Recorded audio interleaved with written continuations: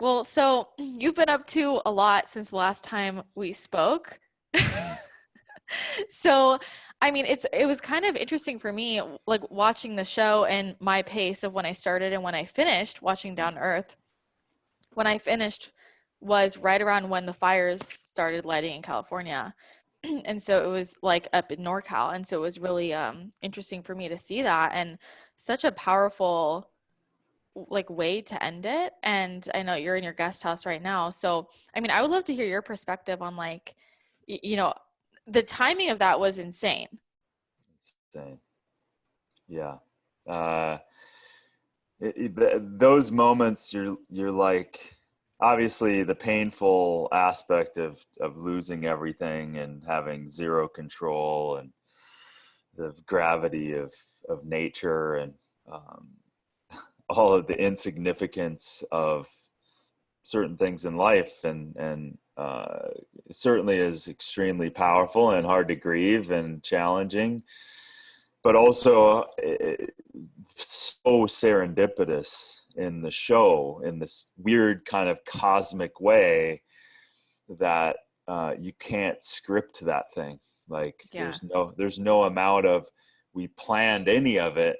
um you, you know, that was just almost in service of something extremely a lot greater than myself, really. And the yeah, I mean, listen, the sheer gravity of that just drops you to your knees, not only in the acute moment when you hear it, but probably another 1,000 times as the grief waves happen. And you can't even process it. That you can't process that. It's like any close person dying in our lives. You can't process that. Like it takes a while to understand the gravity of those situations. And my heart goes out to people in Northern California and Oregon and Washington and hell, Argentina and Australia and you name it. My heart is it bleeds for those people. And um, yeah, but the you know, I say this all the time. Um, Life happens for you. It's not happening to you. So I never, even though it's very easy in this reality, especially now, to become a victim to everything that's going on, and how do we, you know, leaders aren't being leaders, people are arguing, houses are burning down, and it's that, well, what are you going to choose? And for me, I'm just not going to choose that victim side. And so for me, after the kind of grief and the waves of it, and then coming back here and seeing, seeing the memorial of everything that I lost, is another whole nother wave. And then ended up having to be on a tractor myself, as we had to, we couldn't get any heavy equipment down here. So I ended up kind of dumping my own old life into dumpsters and being, taken away. That whole thing was cathartic and necessary. And it gave me the fortitude, the power, the relentless depth of understanding more about who I am, what this life is about. That gift is contributing to my life to this day in a million different directions, in a million different ways.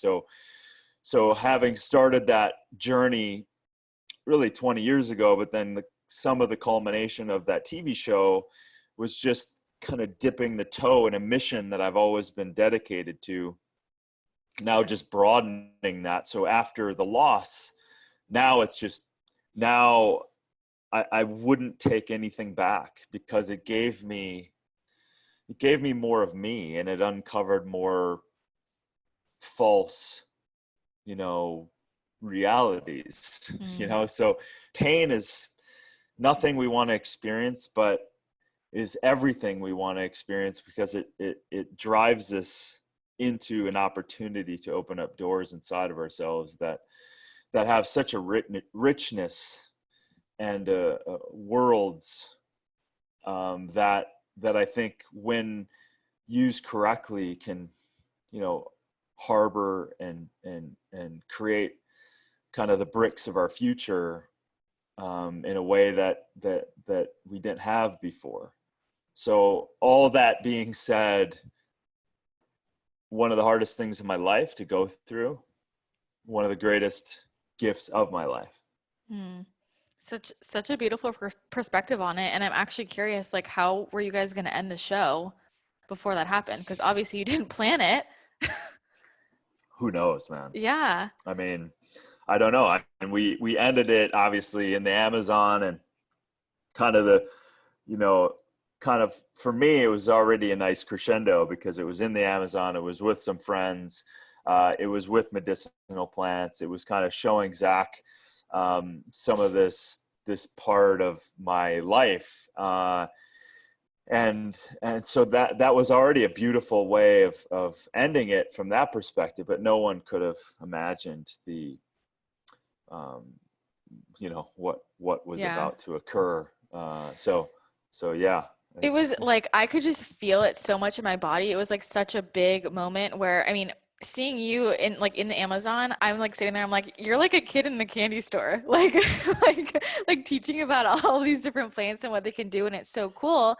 And then this, really devastating event occurs, and it was just like so much emotion in that episode, and I'm like, this seems like this is something somebody would script, but obviously you didn't. And I was going to ask, like, of all the places you went, you're very well traveled. Obviously, we've talked about on the show before, all of your hunting adventures. Of all the places you went, like, what was the most surprising for you to really experience? Um,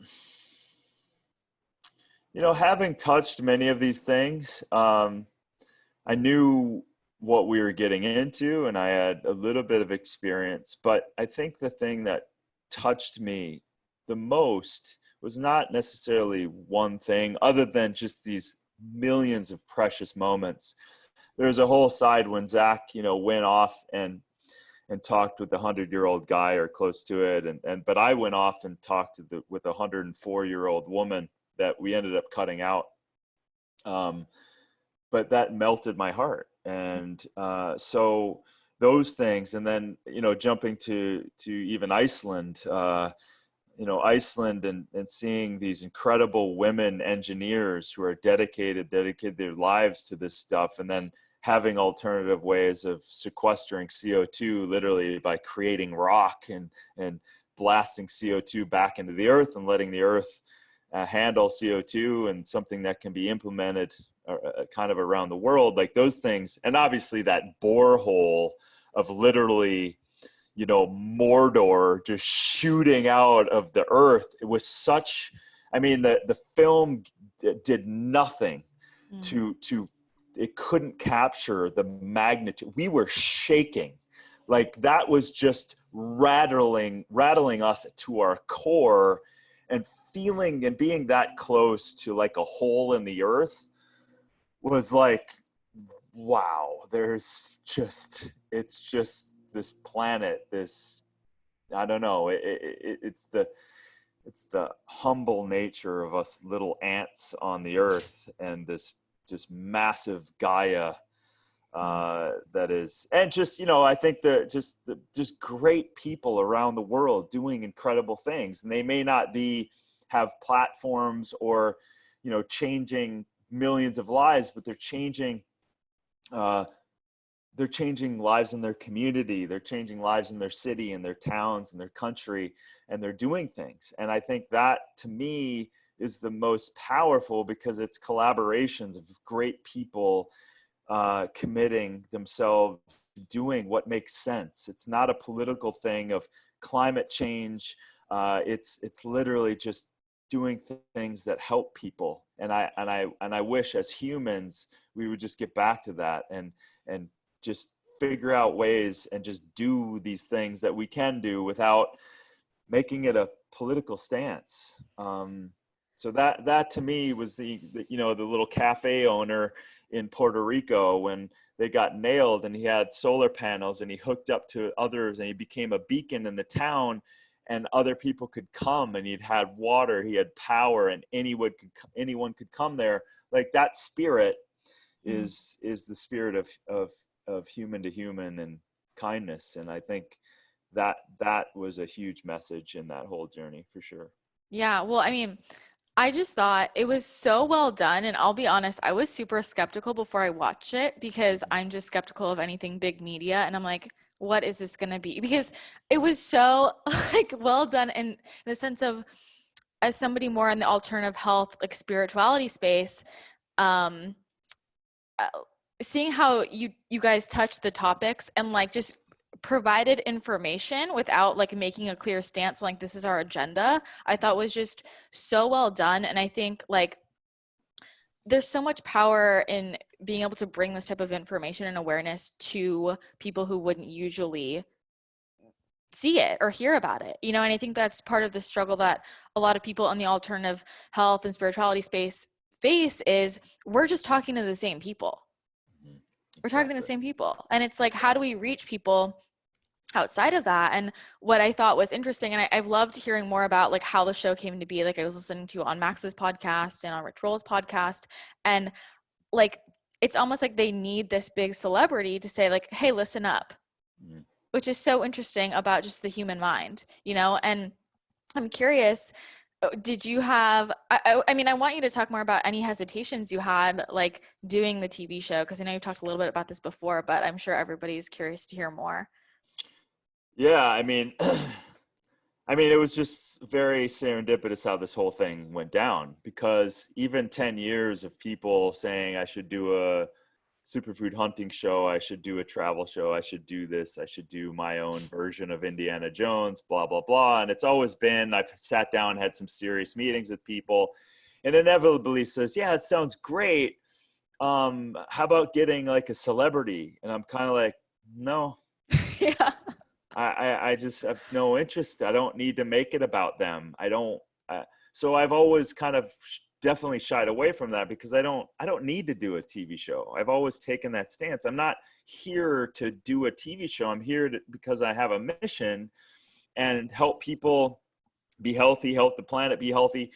And so as the story goes, Zac heard me on Rich Roll's podcast. I think the second one I was on Rich's, and Zac was touched by something I said, and then a roundabout way reached out to me, and we just got to know each other. And you know, the blaring thing that got my attention was obviously Zac is just a sweet, kind kid. Like he's just he asked me about me for 2 hours because he just wanted to learn and connect and all of that stuff. So, you know, that alone showed me something different about, we've all met celebrities, and there's all kinds of, you know, egos and stuff with all of that. But, you know, it really came down to this. It said at the very end, I said, listen, I have this, you know, he asked me, what else are you doing? And we're kind of pretty much walking to the car, and I say, yeah, I have this idea of a TV show. It's environmental, it's superfood hunting, it's pollution. It's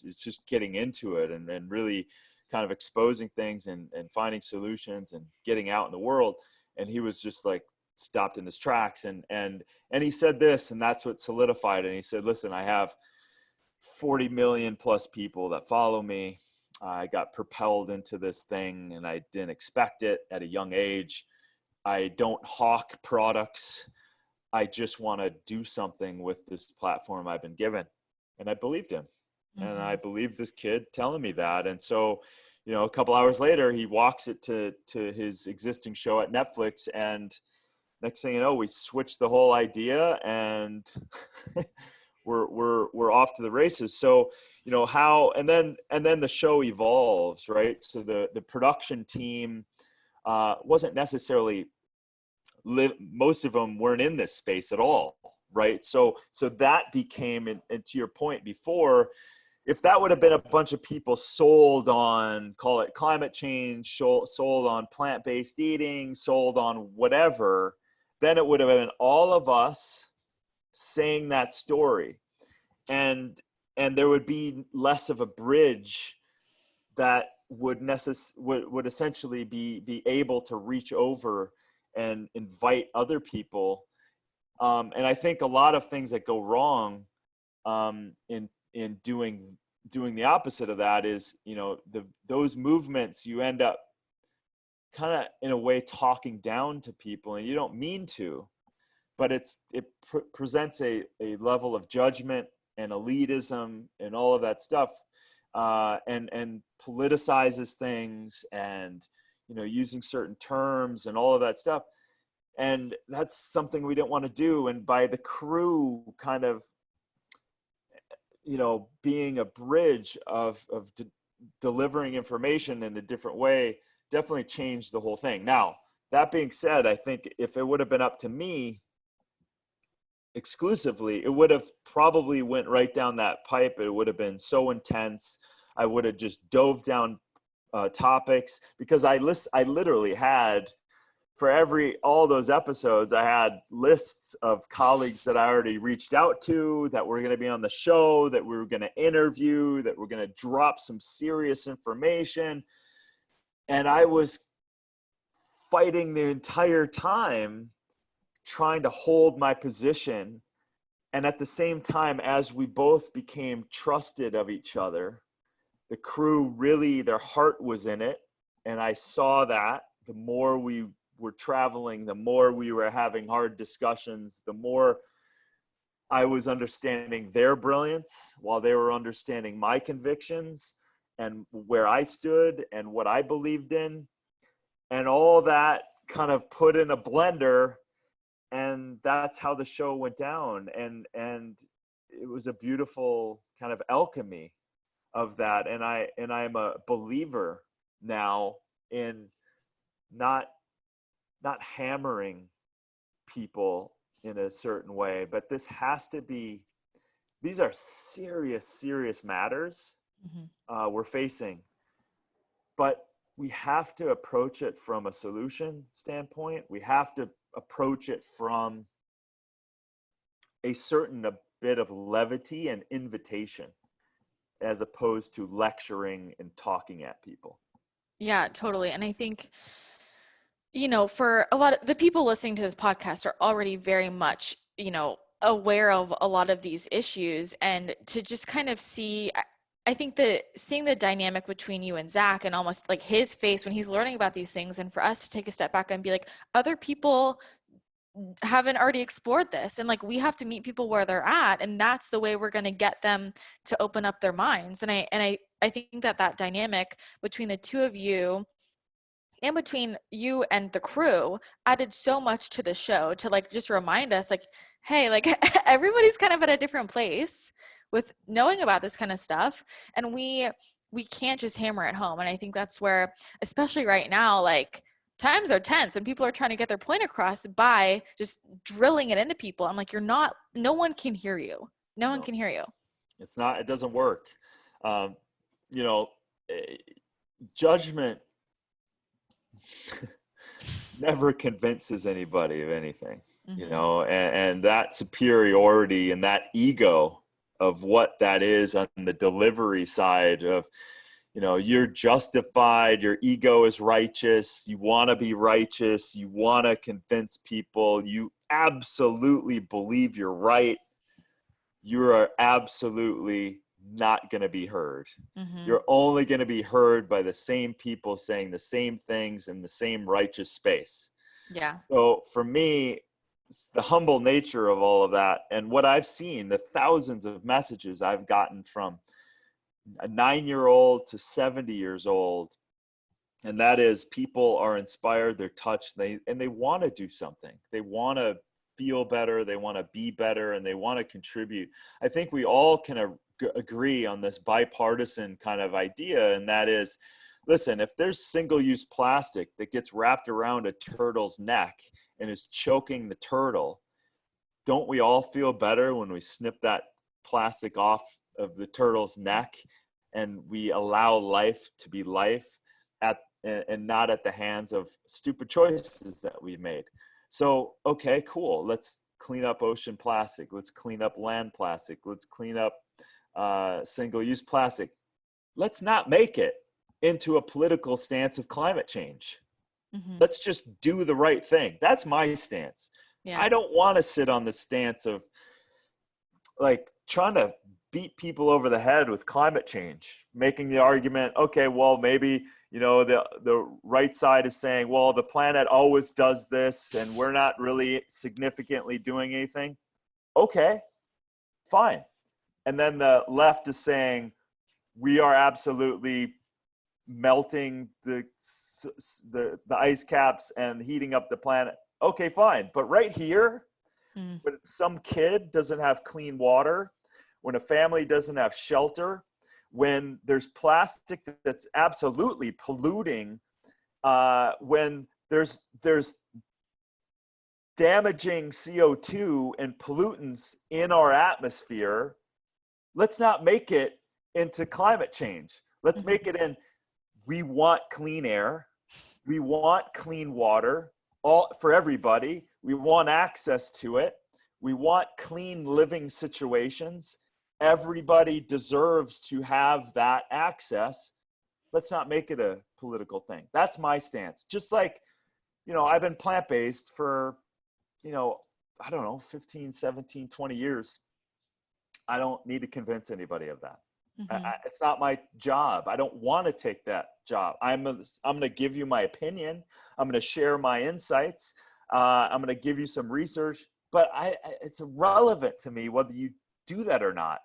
I'm looking at the person in the mirror. I'm staying true to myself, but I'm not beating people over the head. And I think that's, you know, from a platform like we've been given, that's one of the greatest gifts is we've touched so many people, and I feel absolutely responsible to continue that. And so I just got off the phone with a environmental group at Emerson. I've talked to some sororities at Pepperdine. I've talked to environmental students in Italy. I've been talking to kids. I've been talking to people that want change. And so I'm figuring out ways to mobilize that generation to keep moving forward, to actually be advocates for change and not get into this politicalizing thing to create separation. So that's something that I'm currently working on. I don't have all the answers, but I'm seeking the platforms and the information to create that as opportunities to move forward, because I think, again, it's just a matter of providing solutions for the problems that are being caused for individuals, for communities, for our global humanity. Yeah. No, I mean, I'm totally on the same page as you in the sense of, I mean, Mama Gaia is screaming, and are you just not going to listen? Right? Like, it's like screaming. And I think the release of this show is at such a great time when I'm looking around and I'm like, wow, now everybody's using these single-use masks and all of their plastic now we can't bring in reusable bags and like all of this bullshit. And I'm like, wake the fuck up. Like it's insane to me. It's insane to me. Yeah. Listen, it's a weird time. It's a weird time. And again, like, there's so much of this that's polarized, but I always go back to what your thoughts are, the actions you're taking, the what you're putting in your mouth, the people you're hanging out with, the conversations you're having inside yourself, the conversations you're having outside yourself, the inner work that you're doing, all of that stuff. That's what we can do. We have control over all of that. There's so much we don't have control over, and it's tough, and it's navigating yet another thing. But I want ass kickers. I want people to make an inner choice so that we can make an outer choice of change and movement forward. And we need that. That's mental health. That's the space of love and connection and collaboration that I'm absolutely committed to, because I just don't want to spend time swimming in the quagmire of kind of that level Mm-hmm. of confusion, because it's an absolute, like every day that goes by, it's like this person saying that you can't find credible information anywhere. You don't know who's saying what. You don't know what they stand for. But you know what you stand for. Yeah. And so there's a detox that we have to do from a certain level of this 3D world and kind of drop down inside of ourselves. That's the opportunity. There's Yeah. a huge opportunity. You can't trust certain systems anymore, but you can go inside yourself and trust yourself more. Yeah. And I mean, that's what people need to learn to do. And this kind of segues nicely into something I wanted to talk about. I have my own personal favorite parts of the show, one of which was in Lourdes and like the miracle healings and water. And I want you to talk more about the science behind like like shifts in water and like how the words that we use matter, because I think this is really helpful for, I'll speak from the context of like energy healers. And I work with a lot of energy healers and I do energy healing. And to try and reach somebody who's not in this woo-woo world, they're like, Mm, how does this work? This doesn't make any mm, sense. I'm like, no, there's science behind this. And mm. I I wanted to hear more about, I know you've like, you have a lot of the science behind like water and saying, what were you saying to Max around like the memory of water? Like, I think this is so interesting and I would love for you to explain more about that. Yeah, water. Yeah, water is a big one. I mean, I think to create a little bit of a context to kind of universal structuring in general, and that is through frequency and vibratory influence. You can do an easy and even YouTube it right now, and you can look at a sheet of metal or tin, and you can put sand on it, and they can turn on a speaker and put harmonics or different hertz frequencies, and the sand in front of your eyes will organize itself in an absolute geometric pattern based on the frequency.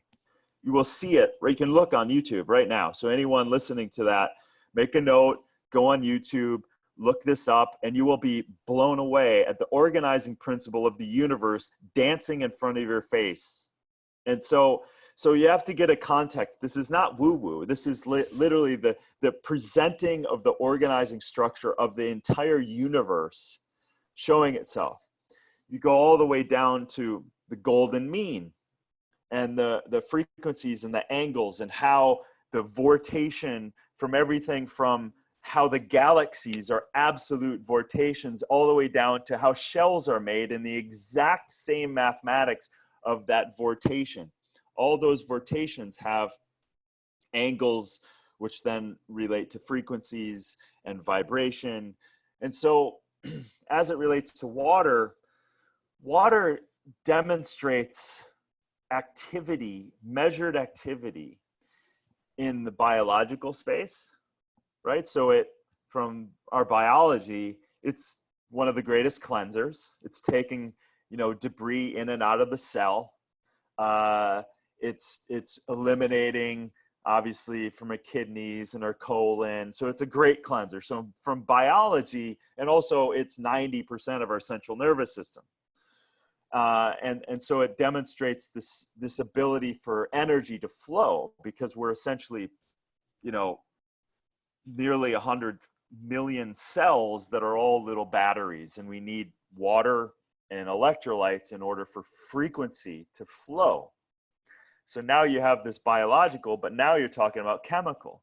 So water also demonstrates chemical structures. And so where it really gets crazy is water demonstrates quantum.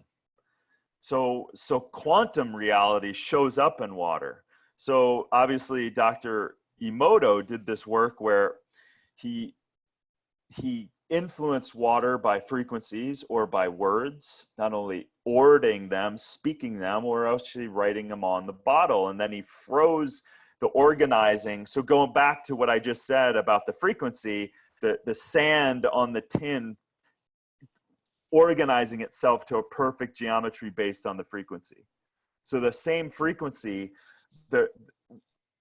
what is coming out of our mouth is always a vibration and always a frequency, which is also incredibly important when you speak, because when you speak, you're creating. And that creating is behind the organizing of the words, it's frequency, it's vibration. So you're creating frequency every time you open your mouth. So it's a prayer in the universe every time. But that is absolutely showing up in the water of your body and showing up in the organizing structure of that water and of the whole universe itself. So as it relates to the quantum, there's a few experiments when I got to meet, I was actually while filming Down to Earth, I actually jumped, instead of going home on a break, I went to Bulgaria and attended the 12th annual or 14th or 13th annual water conference of some of the top scientists around the world in water. And I got to meet Dr. Luc Montagnier, and he was one of the first people to discover the HIV virus. And then he shifted in the last 20 years, he shifted his focus on water. And the thing that I was telling in Max's podcast was there was two things of water, right? So they put DNA of water, the physical DNA, in one water bottle, and then they put just pure water in the next water bottle next to it. And just by the closeness and the proximity, the physical DNA of the one transmitted the information of the DNA blueprint in the water next to it, so they could actually replicate the physical DNA by the information in the water next to it without the physical DNA in it. It was transferring information. So they realized that, and then Dr. Gerald Pollack starts getting into how when water comes up to a hydrophilic surface, and that could be around every cell membrane, what happens is there's a exchange of protons and electrons. And just by water coming up against it, it produces energy by exchanging that proton and electron and pushing the protons out and creating this what's called an exclusion zone, the fourth phase of water. That's more like a gel space. The point of all of that is just by being hydrated and by your water coming up against every cell of your body is actually physically, chemically, biologically creating energy just by the water coming up against the surface. So when we talk about water exchanging information, it goes very, very deep. When we talk about water creating energy, it defies what we thought water was. Every single, I probably listened to, it was about 10 a day for 3 days. There was probably 30 to 40 intense lectures, and every lecture was something extraordinary about water that you could hardly wrap your head around. And every one of them just knew that it happened, knew that this information happened with the water, but they didn't know how. So water is kind of this entity that is in us, around us, and with us, that acts like it's in the vacuum of time and space, and at the same time has very clear physical properties and chemical properties and biological properties. But at the same time, the question remains, by what you say to it, by what water is around, it is taking on that information. I will leave people with this understanding. If you have a hard drive for your computer, the hard drive itself doesn't care what information is there. It will just take the information and save it for you. It's not going to reject the information that's for Project X and save what is for project A that you have. It just takes in all the information. Exactly the same with water. So if you're taking in water that's been influenced by the municipality and going through weird angles in your pipes, and then just shows up, it largely gets destructured. It doesn't have the frequency and the energy that normal water that Victor Schauberger does some great work on this, where the energy is infused by the light of the sun and also by the magnetism of the earth. And as it flows, it increases oxygenation, it increases mineral composition, and also increases the energy vibration that we receive infinitely greater. So we're always going back to, how do we structure water that makes it more susceptible or more viable for our body, instead of taking water that's dead or denatured, and then our body has to use resources and energy in order for it to kind of become alive again. So you always want to look at,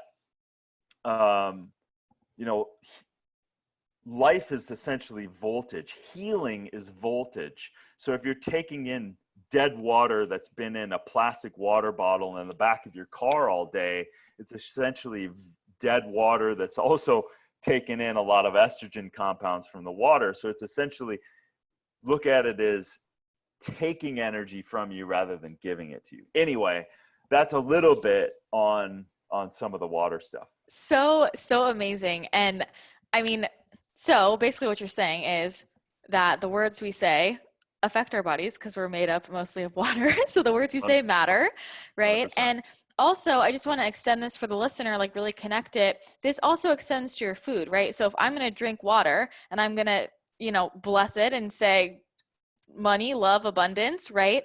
The same thing with your food. And this is why, like, blessing your food, most people listening to this eat a lot of plants, right? And so when they're made up of so much water, when you're eating water rich foods, like, you can use this to your advantage and bless it. And I think it's almost like we have so much more power over our realities than we believe. It's something that simple, like saying something positive to the food you eat, the water you drink. It's super powerful. And going off of this, so I'm sure people are wondering, so what type of water should I be drinking? Because now their head is spinning and they're like, oh my gosh, what if my water is going through pipes and getting messed up? So what are your water recommendations? Yeah, so several. I mean, but I'll keep it pretty simple. So yeah, if you don't have a clean aquifer or you don't have a spring, there are organizations that have websites that you can, I think, findaspring.org or .com. You can find, like, and if you have the time to go get that, great, go do that. For most of us, we have to kind of deconstruct water, and the things we have to get rid of out of the water is the volatile compounds that are showing up. Obviously, on-demand water is an amazing human feat that we can go to our tap and turn on water. But the thing is, it has pollutants in it, PCBs, nitrates, volatile compounds reacting from the chlorine and the fluorides. And this kind of gets in that total dissolved solid thing. So we need to kind of wipe that away. We need to get the physical pollutants out of the water before we can even address the structuring of water. So an easy way to do that is a distillation or a reverse osmosis. I can give you a link. I've vetted this great company called AquaTrue, and they'll give me a discount, and all your listeners, you can get a discount. And that's a reverse osmosis, goes on your countertop, strips the water, doesn't allow this micron size filter system, doesn't allow for those things to get in. But so now it's empty water. So the best thing to do is get some Himalayan crystal salt or unrefined crystal salt, and a pinch of it per glass or a half a teaspoon per gallon. It's not that much, but what that does is gives you the correct size electrolytes. So now your water becomes conductive. You need the mineralization. So then another easy thing is a great company called Blue Water Love, our blue bottle love, and it's a nice blue bottle. The blue is also a frequency that's beneficial when the light passes through it. And then they actually have engravings, and you can pick what you want. Got love on the side or whatever. And there's several companies out there that can do that. So now all of a sudden you have a nice glass bottle, which is also important. Get rid of the plastic, fill that water up. You've got the electrolytes. Now that water is starting to get structured in that. I just talked to another colleague in Denmark, who I met at the Bulgarian water conference, and he created a vortator with the particular frequency. And so now I'm about to get those in and start sharing those around. I'm really excited. So this is all from the work of Victor Schauberger and Vortation Energy Technology, very easy.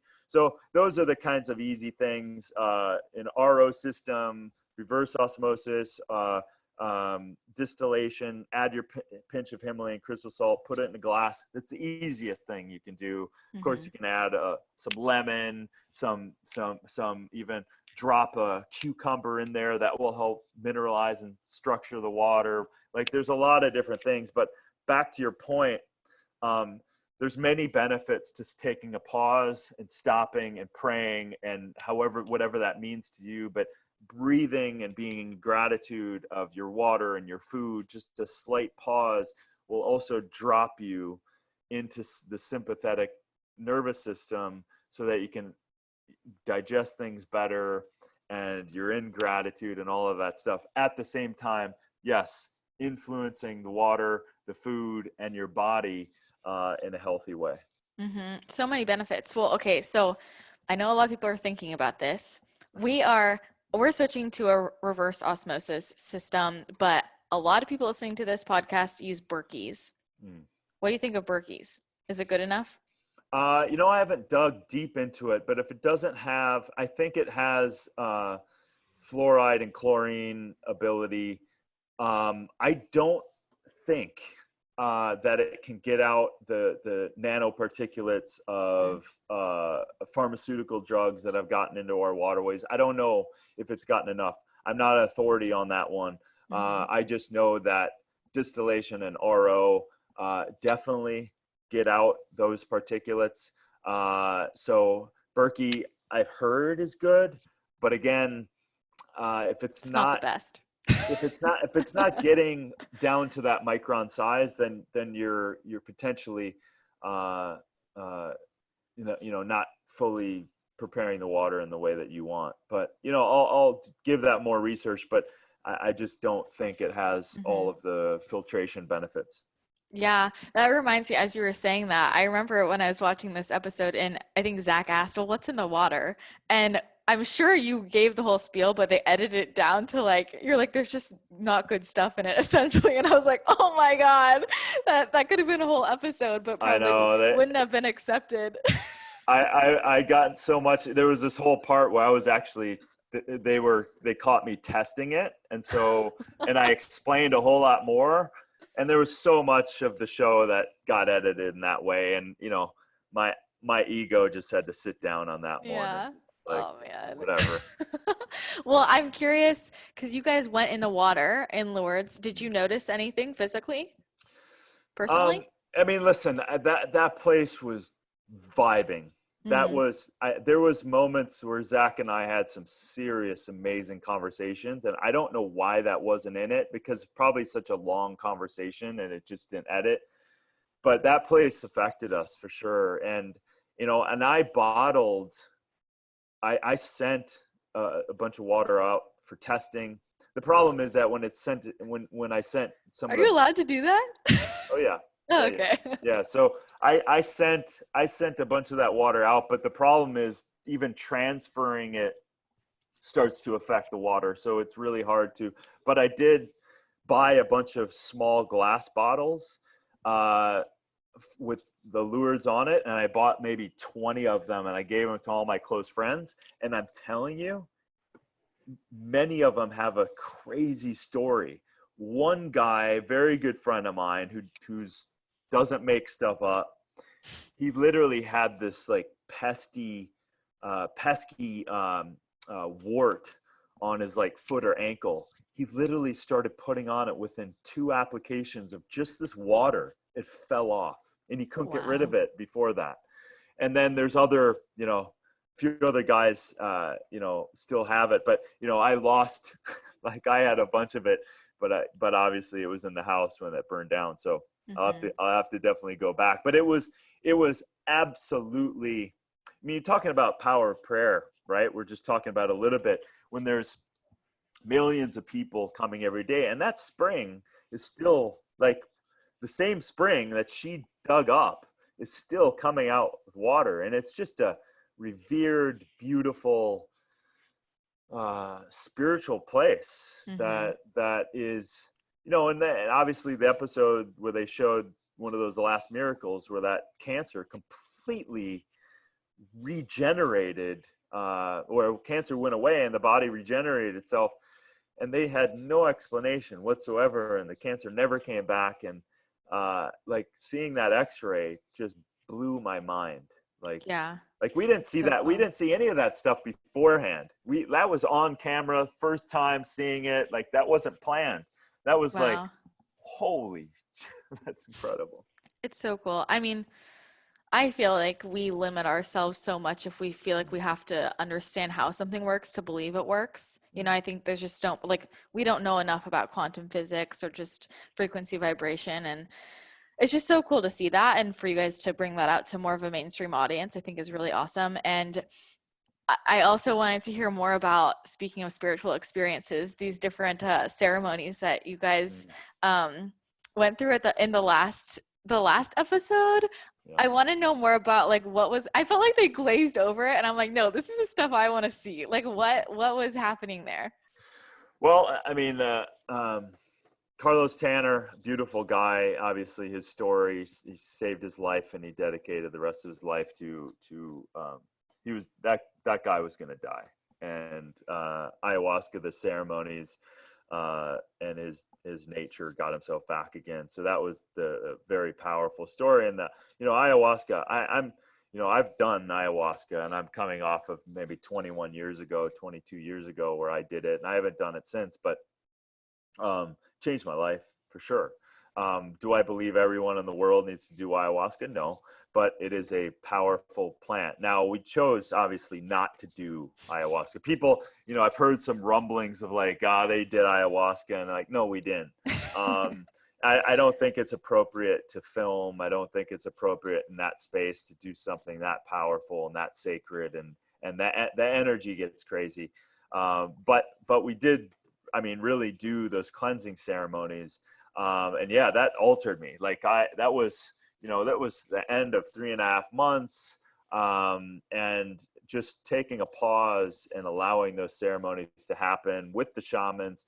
I immediately started, going into that space and that vibe space. The crazy thing of that whole thing is when we really looked at the timeline of when I was being smoked out and being cleansed, that was about the exact time my actual house was burning down.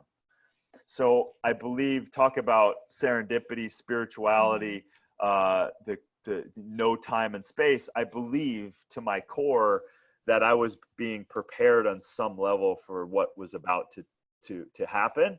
Yeah.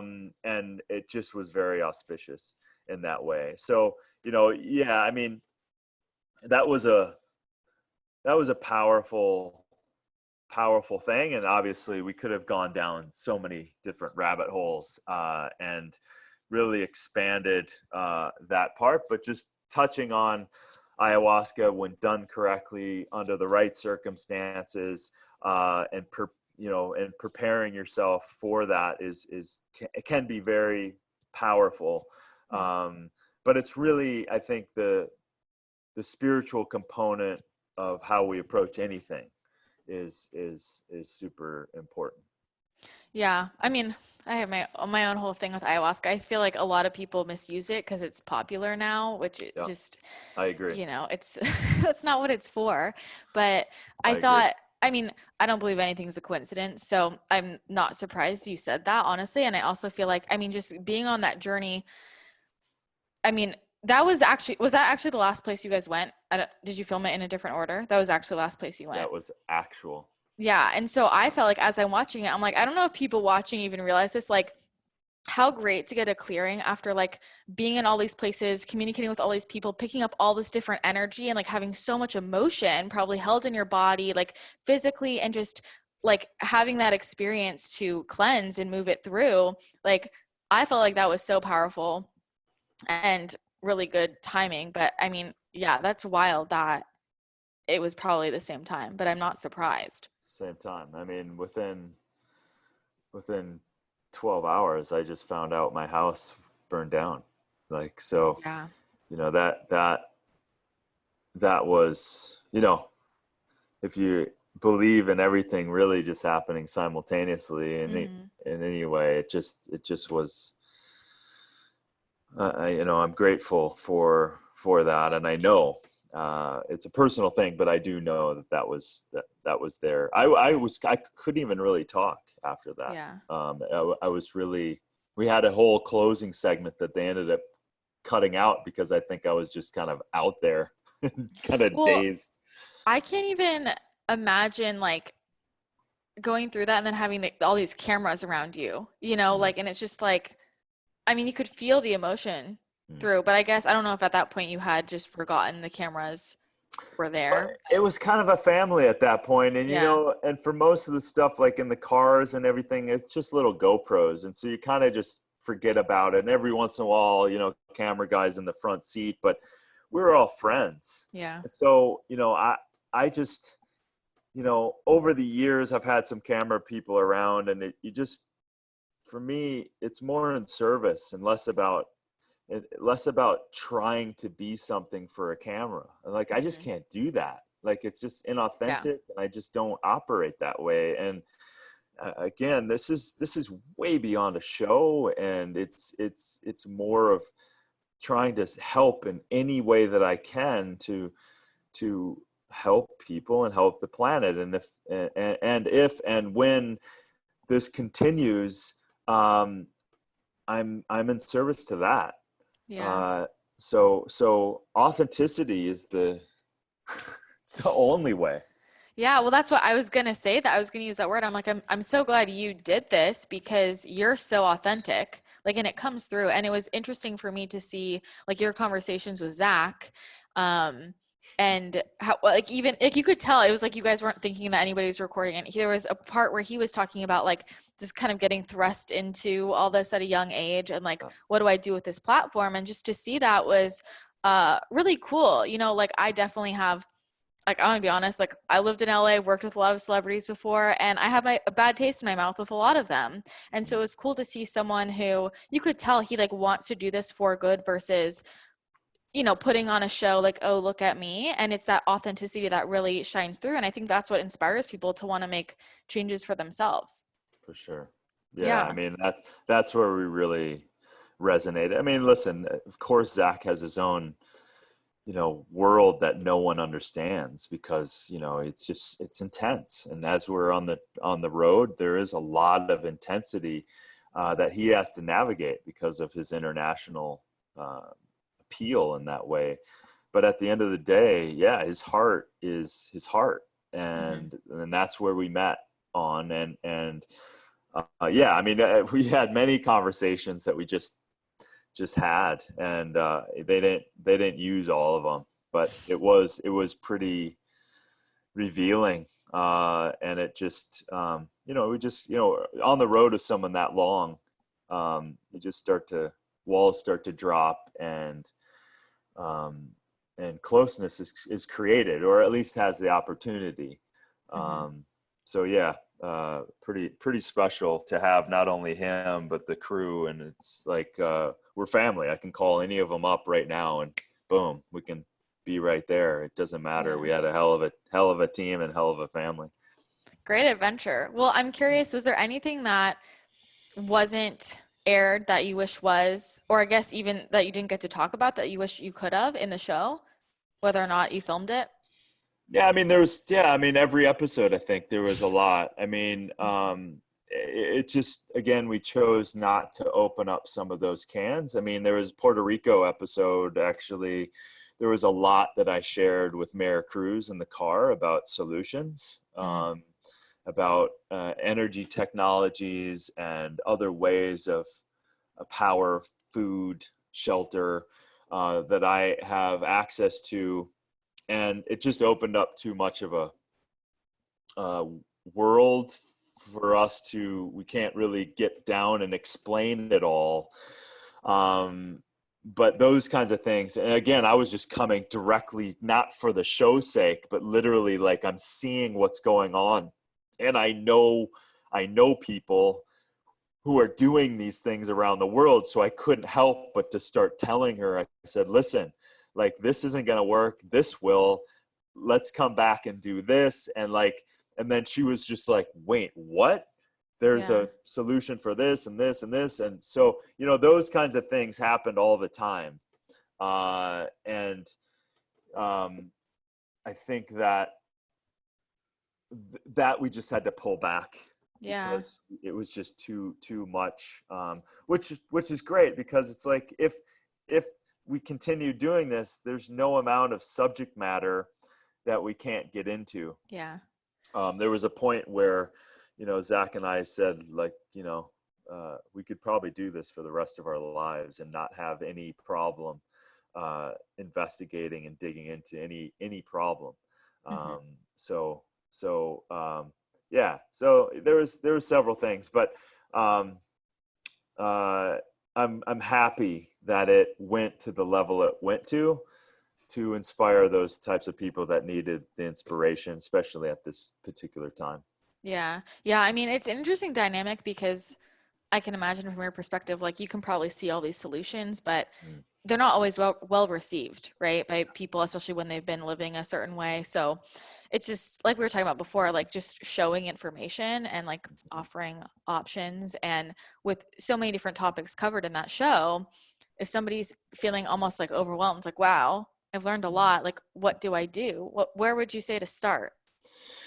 That's a good question. I mean, they can literally start with going, I am creating a lot of stuff right now. So darinolien.com, just sign up for the newsletter. At least I'm giving out once a month, I'm giving out free information, going through lists of questions. And then I'm also on the side, like I said, with the younger generation, these universities and these kids that have reached out. I'm mobilizing and creating ways for people to know where to go, know what to do with the kind of information they're looking for, so that we can keep this momentum moving. And that's also what organizations to support, what are they doing, what companies are doing social, economic, environmental, solution-based businesses. I'm aligning with and having meetings every day with entities that believe in that same mission. So collaboration. So stay in tune with my Instagram and my darinolien.com, and my podcast, the Darin Olien Show. So all of that stuff, I am infinitely more stoked and fired up. And that's a beautiful thing when you've received so much love from the show. It's not like, cool, look at me. It's like, cool, what can we do together? And that to me is deep in my heart. And everyone that I haven't been able to reach out to and respond to, I'm hearing you, I'm feeling you, and I am moving in the direction that hopefully helps to move a needle in any way towards the betterment of us as a human family. Well, I'm so grateful for what you're doing, and I'm super excited about your podcast. So everybody definitely listen to it. And I just have one last question for you. What was the best thing you ate on that journey? Oh, God, every one of them kind of blew me away. It's the hardest question. Oh my gosh. I think the chef in Peru, because he was using like local food that I had been aware of, and even superfoods that I had foraged, and the way he put some things together. I don't even know what it was, because it was so outside. It wasn't like lasagna or something. It was like something that you've never heard of, in a presentation that you've never seen, in a way that you've never tasted. And so it was like you just entered a different universe and your taste buds expressed something that you've never expressed before. That's what it was like eating his food, and several others, but he in particular, I think, blew me away.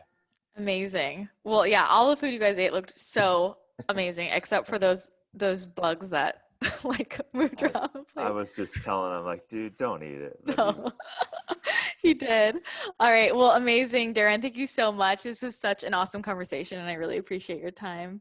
oh, Christina, it was wonderful. Thanks for the great conversations and your presence.